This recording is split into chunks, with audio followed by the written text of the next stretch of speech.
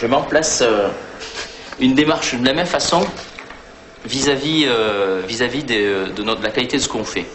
Alors, ce genre de choses a pour but que chacun d'entre nous ait un feedback sur la qualité de ce qu'on fait. Chaque élève, de manière anonyme, mettra sa petite notation en code couleur. C'est pas à l'élève de juger la qualité de l'instruction. Quand tu vas à l'école, c'est pas l'élève qui note un professeur de maths ou un professeur de physique. Non, par contre, quand tu étais au collège, tu étais capable de dire, alors que tu étais incapable de faire le cours de maths. Tu étais capable de savoir si c'était un bon prof ou pas. Je vais répondre à Dèche. Je n'ai pas inventé ce principe. Ça reste confidentiel, c'est que la hiérarchie n'y a pas accès. Ça permet simplement d'avoir une information sur la façon dont les élèves appréhendent ce que l'on fait en termes de qualité de briefing et d'apport pédago. Cela étant dit, ne changez rien. Pour l'instant, c'est juste pour avoir un feedback, c'est une expé. Voilà. Quand toi tu fais ton instruction ici, tu le fais d'une certaine manière, Zen en fait d'une autre, Enzo en fait d'une autre, Dèche en fait d'une autre. On a tous nos attitudes, nos priorités, notre façon d'aborder le métier. Et pour ça, pour avoir un regard critique sur cet aspect-là, on peut mettre en place certains outils simples. C'est pas ce que je veux dire. Et... Non, c'est exact, on est au fond du sujet là. Je suis désolé, on n'est pas chez Nestlé, on n'est pas au deuxième rep, mais on est quand même plus ou moins des soldats et on est plus ou moins fait pour faire la guerre. On rentre dans un système anglo-saxon où on essaie de prendre les élèves d'une manière complètement différente et qui n'est pas du tout française en fait. En Angleterre, ils travaillent vachement comme ça. En Angleterre, il n'y a jamais un élève qui se fait pourrir par un monite quand même. Mais seulement l'esprit n'est pas du tout le même. L'intérêt, c'est le valeur pédagogique. Après, si c'est pour rigoler, si savoir si c'est un monite sympa qui va en boîte avec toi, ça on s'en fout quoi. Tu sais, il note pas que comme ça. Même. Le mec, il va sortir du briefing, il va dire, lui il était cool, je suis parti avec lui, il m'a pas posé de questions. Et là, tu vas dire, là, c'est un gros con quoi. Il m'a posé des questions, il m'a emmerdé avant le vol. Imagine le vice, il va se dire, ah ben tiens, moi je vais être plus cool.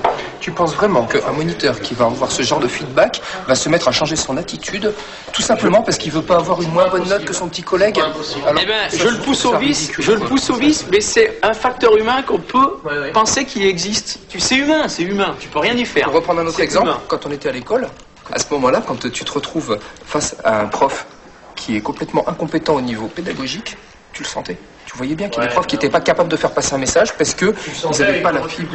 Et par contre, tes profs de maths et tes profs de physique, pour eux, toi, tu les percevais mal, tes profs de maths. J'ai eu un prof de maths qui était fantastique. Et le plus mauvais de la classe avait de très bonnes notes en fin d'année avec ce prof-là. Il avait remonté tout le niveau en fin d'année.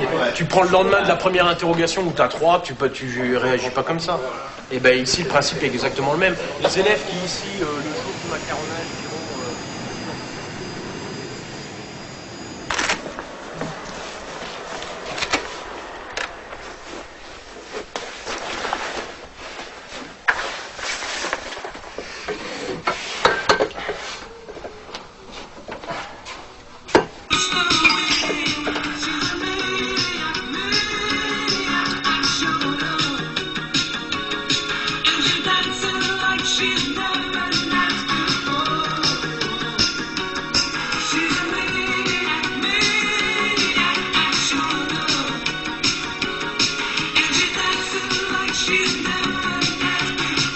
Pif se sait en danger.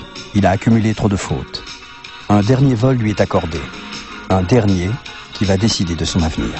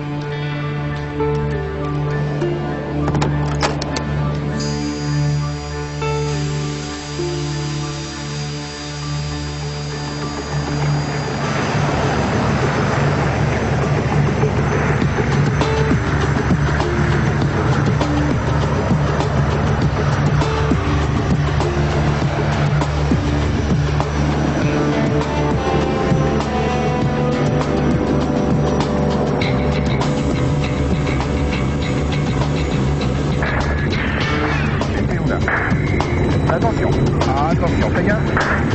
Attention. Allez,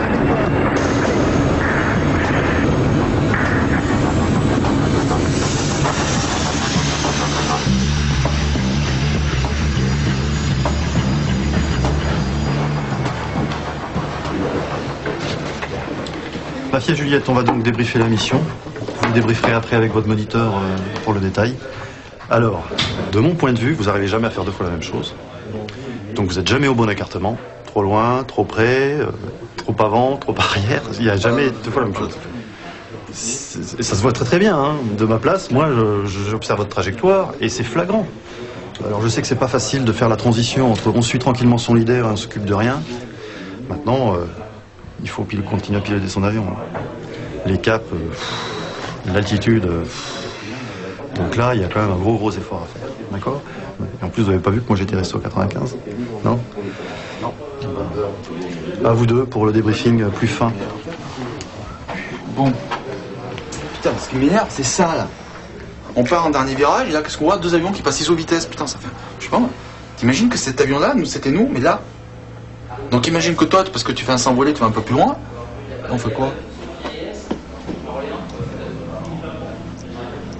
Tu comprends ce que je veux dire? Ouais. Et tu le sais, ça. Tu le sais. Et t'appliques pas.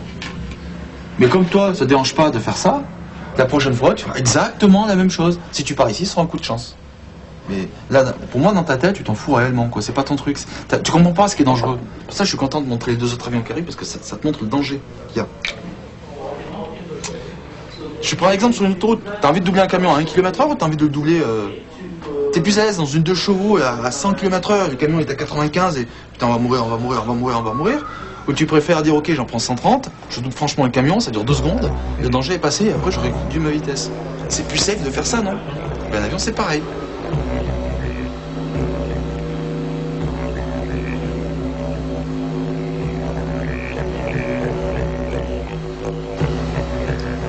Bah donc, j'ai fait MOR, encore. En fait, on était en patrouille serrée, côte à côte, quoi, et j'étais en train de changer le calage altimétrique. Et puis, pendant cette demi-seconde, le leader a viré sur moi, et puis, bah, forcément, quand j'ai tourné la tête, le moniteur a pris les commandes juste à ce moment-là, et puis, bah, il a évité l'avion, quoi.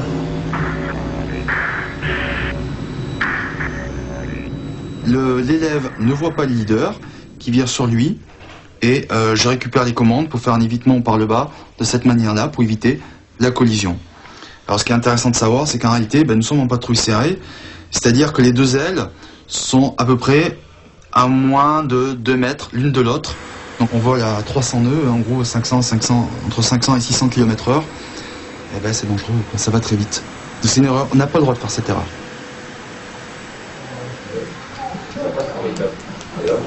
Voilà. J'espère qu'il va pas m'en tenir rigueur, quoi. Parce que...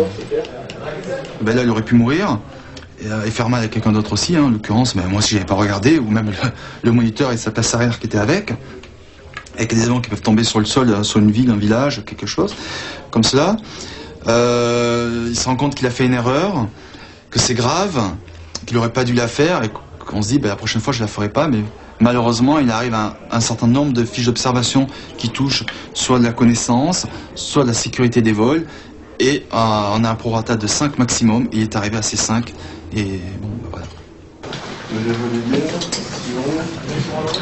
Je sais rien faire, je suis une merde, que je suis nul, aux initiatives de merde. Tout ça parce que je me chie dessus, parce que j'ai peur de faire une connerie, donc je fais plus rien. Voilà. Du coup, je prends pas d'initiative parce que voilà, j'ai peur de faire une connerie. Chaque fois que je fais quelque chose, ça va pas, donc forcément, je fais plus rien. Après.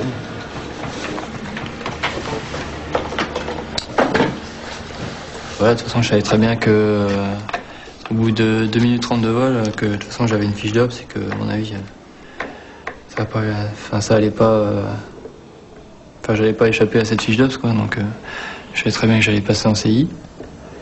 Et puis voilà, quoi. Mais bon, il y a autre chose que de piloter un avion de chasse, quoi. C'est le métier de pilote de chasse, c'est autre chose. Voilà. Et donc, bah voilà, on n'a pas le droit à l'erreur, quoi. On est à l'école, certes, mais on est à l'école de chasse. Donc, les erreurs, on a le droit d'en faire, mais des petites, pas des grosses, quoi. Ne pas se montrer particulièrement doué, c'est une chose. Si on se montre travailleur à côté, on peut s'en sortir. Là, l'élève officier jet, dans son cas, a été pris à défaut et sanctionné à plusieurs reprises pour un défaut de travail au sol. Donc ça ne joue pas en sa faveur, c'est clair.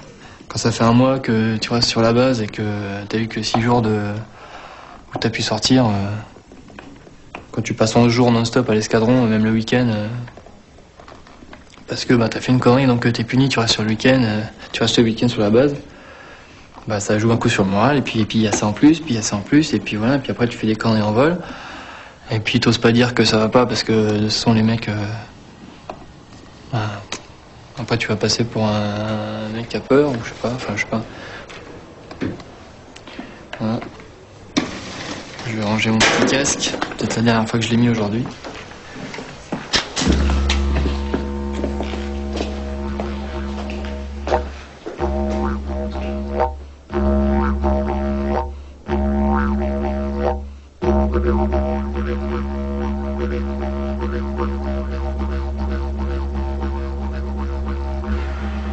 Pif n'est pas le seul à être renvoyé devant le conseil d'instruction. Manu est aussi convoqué pour un manque de travail évident et répété.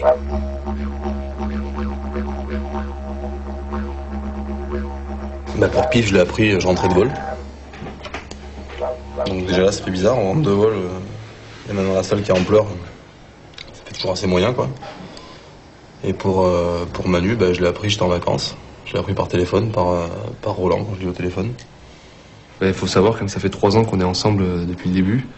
Depuis Cognac, on a fait le tronc commun. Quand on part à Salon en début de chasse, on est déjà moins, on est déjà encore plus soudés. Et ça fait donc 3 ans qu'on est ensemble et les copains qui partent, ça fait mal, ça fait toujours mal. Ouais. Bon, faut voir que c'est pas fini non plus. Ils ont pas encore eu le conseil d'instruction. Hein. Ils peuvent très bien avoir une deuxième chance. Ils peuvent, tout comme ils peuvent ne pas en avoir, mais il faudra attendre le conseil d'instruction pour savoir, quoi. Je pense que le moral de la promo sera très tendu jeudi pendant leur conseil, quoi. Maintenant, eux, ils ont qu'à attendre, nous, qu'à croiser les doigts.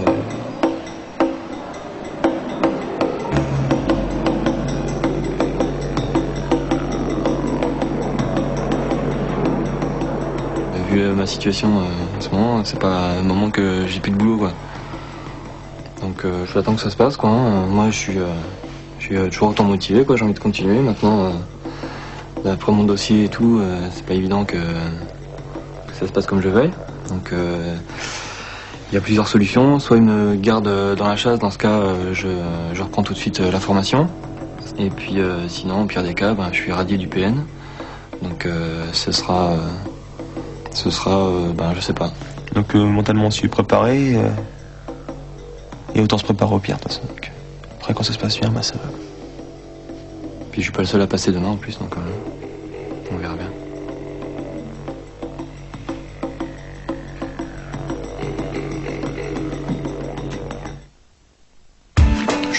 Demain, dernière ligne droite pour l'escadron.